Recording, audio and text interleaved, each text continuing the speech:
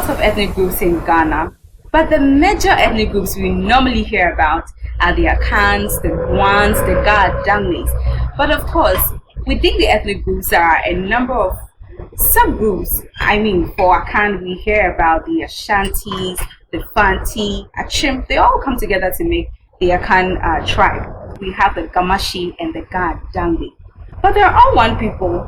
What brought about the division? Have you ever heard that story?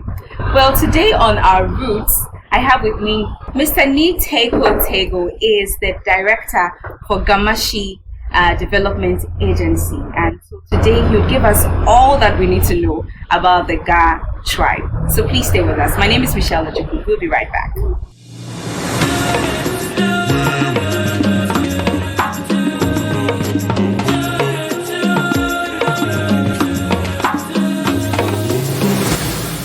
You're welcome back. This is Our Roots, and my name is Michelle Ojukwu.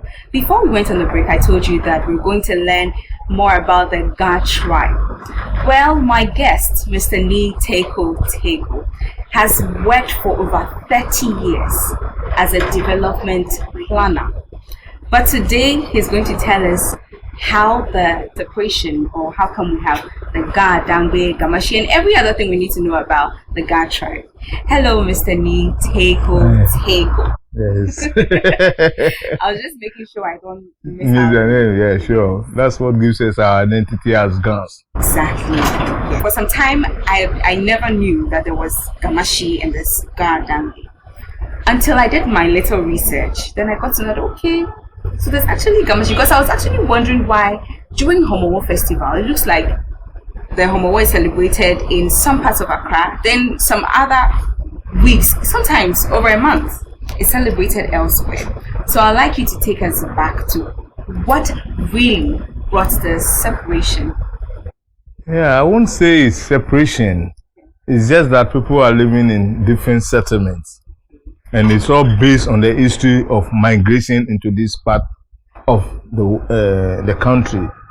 You know, people celebrate Homowo based on the time they arrived, yes, and settled along this part of Accra. But to go before I go on, I just want to tell you that Gamashi is one of the Ga groups.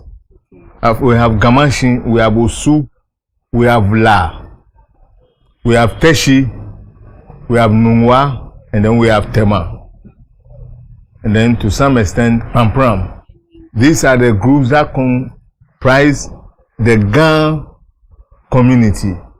And then we have the Dangme group. So, but because of the lingua franca, the commonality in the lingua franca, we see ourselves as one people.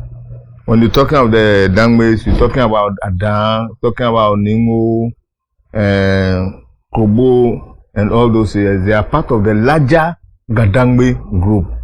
But Gamashi is comprises of 6 settlements to the west of Accra. We have Gamashi comprising of Bese, Asan, Sempe, Otubroum, Abula.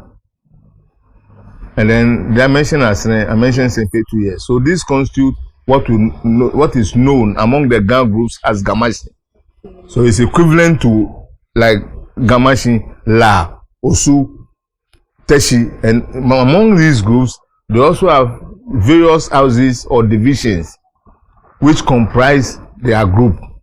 Yes, but the commonality is that we will speak the same language, the same lingua franca, we have the same traditions, rites of passage, everything, and then the same culture. So that's what makes us Gadangme. I have noticed that during Homowo, it's celebrated differently. Yeah. People who live around Amasama and Udumase area, their time for celebrating Homowo is different from those who live in this part of Accra. And you said that it's due to the settlement, the time they settled. But couldn't they have had the celebration at the same time? No, then it will make it monotonous. It just be one time off and there's nothing again to be celebrated. Oh. You see? So does that mean that this part of Ghana, as the Accra, those in the Accra, this part of Accra, This is old Accra. did they experience the hunger? Because I know Homowo means hooting at hunger. Because there was a hunger strike and then later food came, if I'm right. Yeah. Okay. So does that mean that they experienced the hunger at different times? Different times. And because of the rights involved, you cannot do all the rights at the same time. One group has to start with different activities till they plant their crop, and then planting the crop, they will harvest it at a particular time, and then that will lead them to the performance of the festival. Yes. But during the festival, are there different things done because there are different times, or is the same tradition, the same rites that are performed across all the other parts of the Ghana communities? It's almost the same, but it will vary depending on the religious observance of the group. Oh. Yes. Their religious beliefs and the deities they have and the rites that they have to perform, that will inform their activities to be performed. Okay. Yes. But she said that it depends on the deity they have. But if you're all one people, why do you have different deities?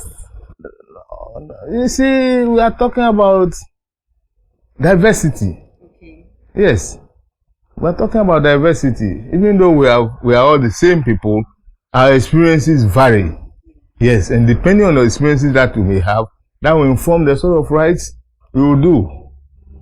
You see? And then the belief system that is common may have some little variations. You understand? And that will also inform the sort of rites you perform. You spoke about Amasaman. Amasaman is actually a community of Gamashi. Okay. They are part of Asere, the Asere group. But you know, Gans, we have several villages. All those places like Dienkotoku, all those little villages you see which have now been overtaken, all owe allegiance to the bigger paramountcies here. So Amasaman you mentioned is under Asere. So when Asere, the group Asere, a group of Asere people are performing their rites, they might also do the same thing in their village. Yes, in the past, they will come to Accra, that is Gamashi, to join their division to perform the rites. But because that's when they will have what we call Sobi, where the farmers, you know, Gans were basically farmers and fishermen, where the farmers will bring the crops that they have planted to the family house for the celebration. Yes, yes. So that is what informs the various activities in the other areas outside Gamashi.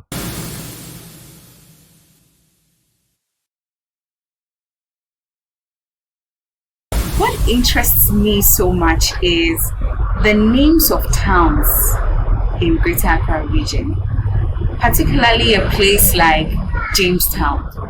Was it named after someone? Well, this place has a peculiar history. This old Accra, as we call it, had two colonial influences. The Dutch were here at the eastern part. That's where we have the Usher Fort. And the British were here.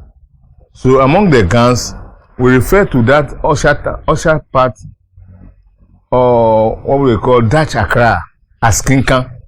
Because the Gans refer to the Dutch as Kinkan Blofome. What does that mean? Kinkan. That's the name we give to the Dutch. That's the name. And then like the British or English, we call them Englishy. Okay. So the political influence and sphere inform the two names. So we have Dutch Accra and we have British Accra. But in our local parlance, we call it Englishy and Kinkan. Yes, so the Dutch part is known as Kinkan and the English part is known as Englishy. So if you hear people say Englishy, me Englishy, Englishy, it's a corruption of the English word that has become Englishy, which also tells us about the influence that the British had over this part of Accra. Can you tell us about some other, the history or the reasons why some places in Accra have the name that they have now? Like La. People were known as Labade. Yes, but they felt the name was too denigrating. So that's why they've gone back to their original La. but they were known as Laboni. Okay. Yes, that's why we also have Laboni estates in Osu area there. That was the name. All along it's been. Yes, it's been La until the British corrupted because they were quite resistant to British or the colonial influence. So they like, oh, La, people are bad. They say La bad, La bad. And they found it denigatory. That's why they said recently they should change their name to La. Yes, so that the bad will not be. So that La bad is like La bad. There's this story I've also heard about Amasama. I heard that it's about Ama's ghosts. You know, in tree, someone. You see, ghosts. Unfortunately, I wouldn't say unfortunately, we are growing. And Accra being the capital, we've had a lot of people coming, migrating to settle in Accra. The name is Amasan Man. Amasan is a name of somebody or a Ghana boy from Asre. So we have Amasan, we have Kote, we have Kote.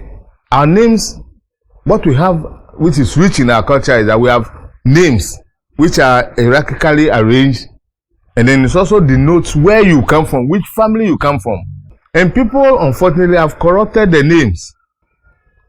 Amasaman. It's not Ghana. It's Amasaman. Amasan's town. So we have somewhere something like Pobiman. Pobiman. Pobi means Pobi's town. Now let's move from the towns and get to naming ceremonies with guns. In school, I learned Biko Jemo, and I remember that we were taught that after a week, when a child is born, is when we bring the child out, and then we pray, and then do we still do that? Oh yes, we do. I mean, it's first century now. We do it. Unfortunately, because of the same urbanization, some of this core culture has been influenced and bastardized in a way. And because of now most people are Christian, I want to take my child Christian. And I mean, we do that culture to introduce a child and be accepted into a family. And the family gives the child a name and identity, which identifies you. You understand? So if you go and do it in the church, and normally the one who performs the naming ceremony, or gives the name is somebody who had led a good life with good character. So he gives the name or even adores the child to ask for the blessings of the ancestors. But now you say you are going to Christian church, then you take your son to an Osofo who is not even part of the family. You don't know his background, you don't know what he has done in his past, for him to go and give your child a name. It's a corruption of our culture. But in the proper culture, grand outdooring or naming ceremony, the two families of the woman and the man meet at dawn to perform that ceremony. The child is accepted to the family, given a name and given an identity. And then the family prays for the child by pouring libation, which is also a form of our prayer. If you listen to the Ghana Homowo, the prayers they say, you see how potent it is. But now, because of urbanization and Christianity becoming whatever it is, people will prefer taking their children to churches, and then the children go, the whole family themselves, they don't know the child. But when we were born here, everybody in the community, Ashimasi, as a child, when they see the adoring is this, you see almost everybody in the community coming to, receive you into their family. And then once you are accepted into the family asks for blessings for you, and then they take care of you. They nurture you. So you can't go and misbehave. Because everybody knows your mother, everybody knows your father. But now there's anonymity. So do you think that's the reason why there's more social vices now? We hear lots of things happening, and nobody is checking anybody because there's so much anonymity. Because people come from the city who knows him. Nobody is just here. It's let the villages come to also for money here. Nobody knows him. So nobody is holding him in control and check. But if you are born in an indigenous community like this, where everybody knows you, if you go and misbehave outside before you get home, your mother will even get to know that Asimas has gone to misbehave here. And the whole family will take care of you. So there is that check and control. And then molding of your character. And then, in a way, unfortunately for the girls too, we had the two prisons. the colonial prisons located there, Jamestown and Usher, James Fort and Usher Fort, which used to be prisons. And once you are sentenced and put in there, there's what they call hard labor. So if you misbehave and you are taken into the prison and given hard labor, it means you have to be carrying the hot pot in the morning. Everybody sees you. Hey, I see my Sibani. Hey.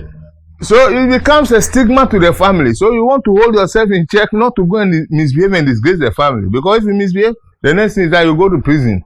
And when you go to prison, you are tagged. Okay.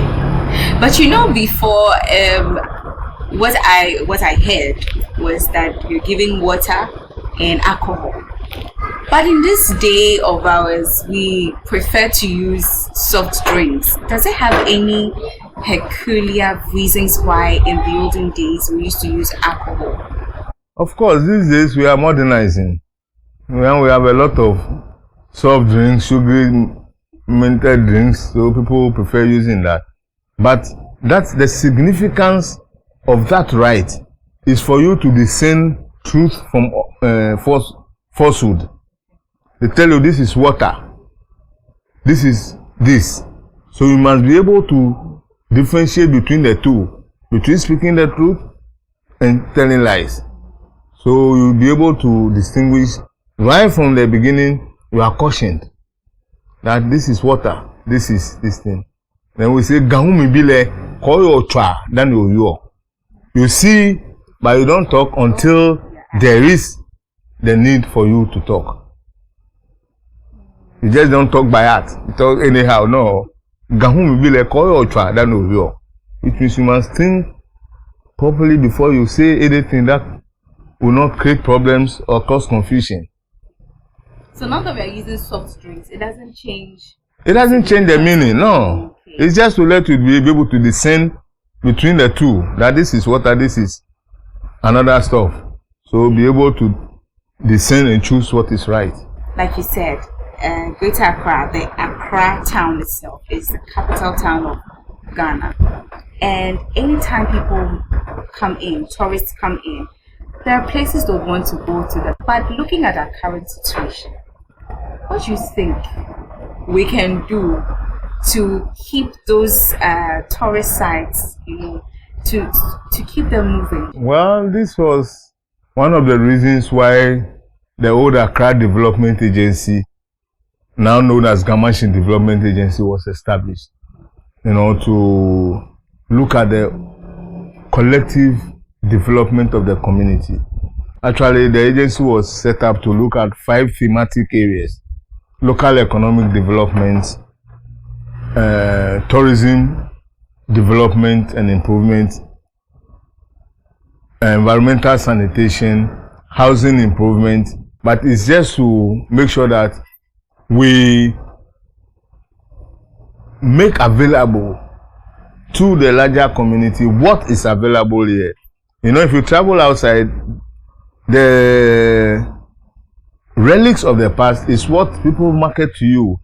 And this is the older part of Accra. This is where actually the city grew from. So the city had really expanded. But then the core area has a story to tell about the evolution of the city. Before Kolegono was established, what led to Kolegono being established?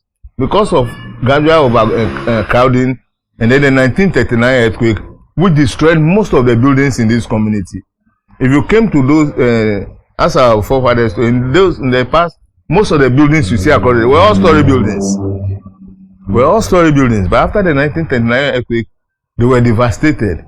That's creating congestion in the homes, and people had to relocate. Hence, the starting of Kolegono, the Mamprobi estate, and then later in the 70s, Achampon took that land there to build Dansoma estates, which was supposed to be an extension for the development of these two communities, so that the natives here could move to Dansoma for Kwame Nkrumah to develop this older part into a better place. Unfortunately, the military just do things by heart. They took the natives' land.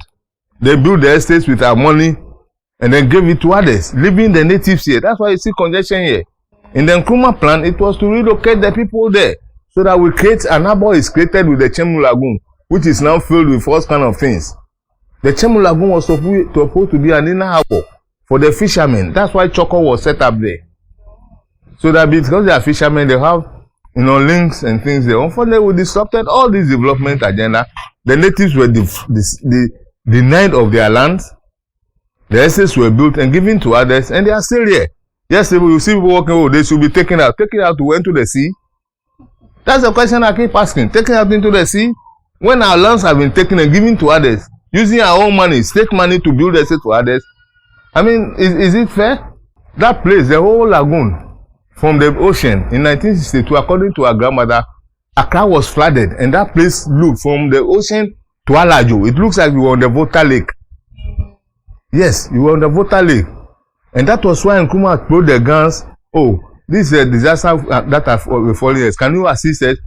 At that time, beyond Carnation, there was no human beings there. They were all bush. So the Abeka was a gun village. And the land was followed there. So they were given land to move from the lagoon so that it could be dredged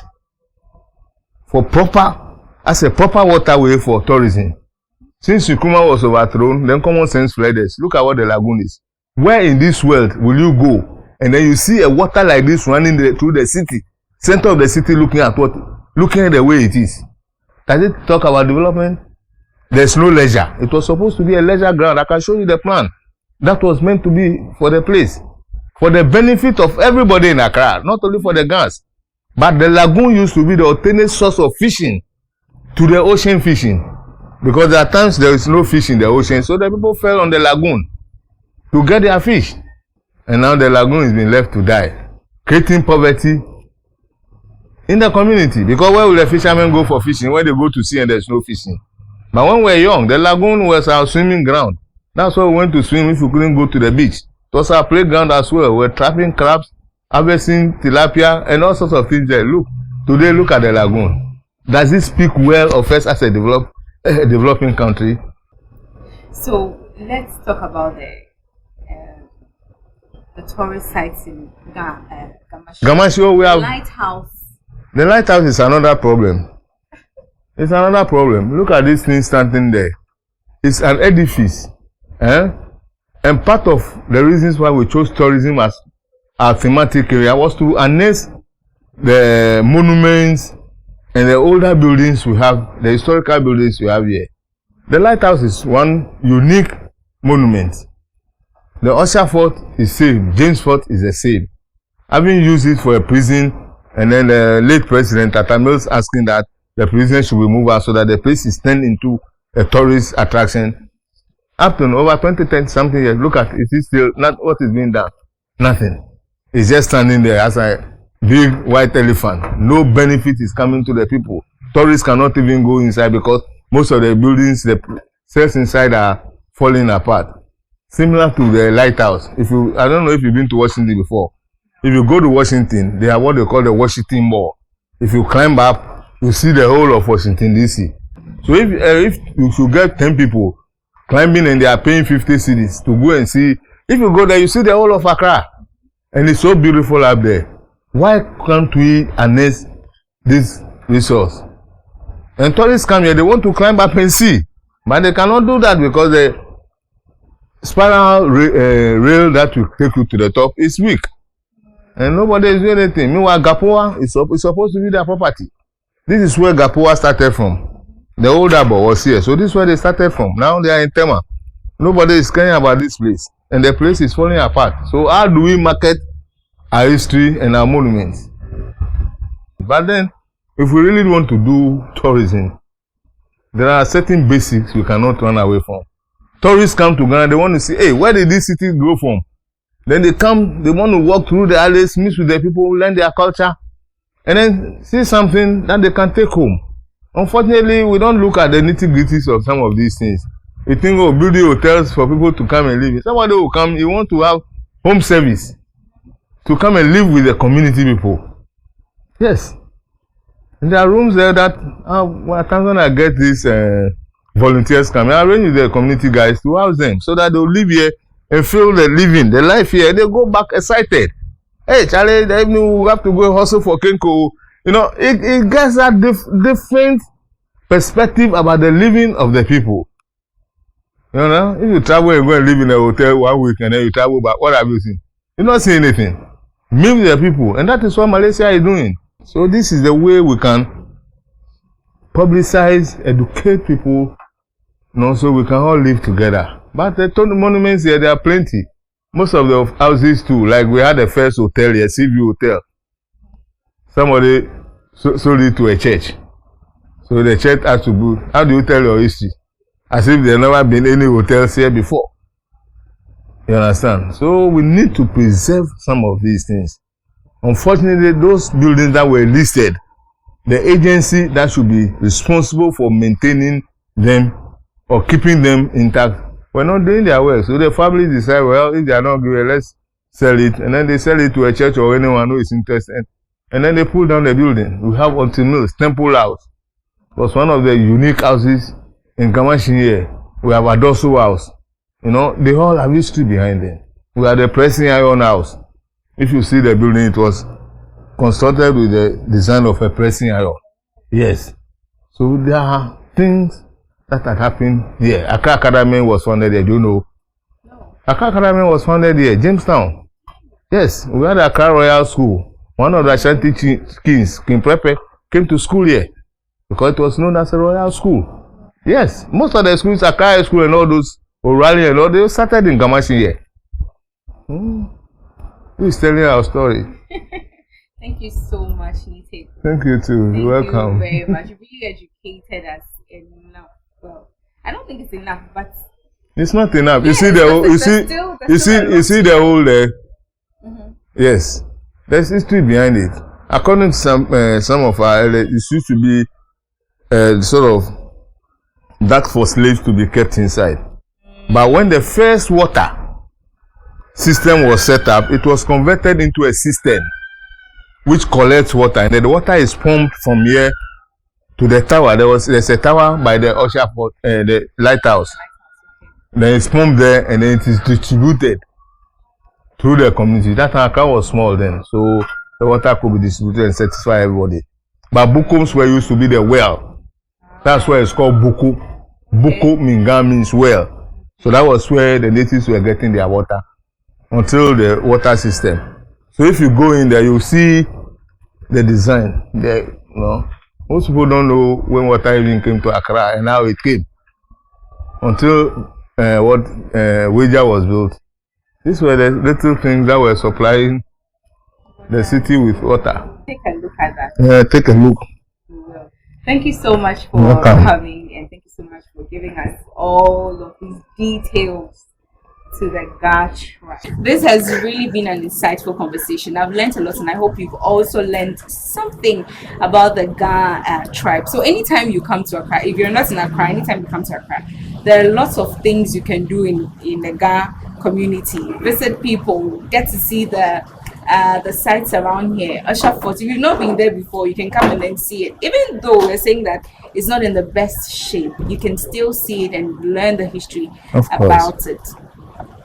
Thank you so much. This has been Our Roots. My name is Michelle Lejekum. We'll see you another time.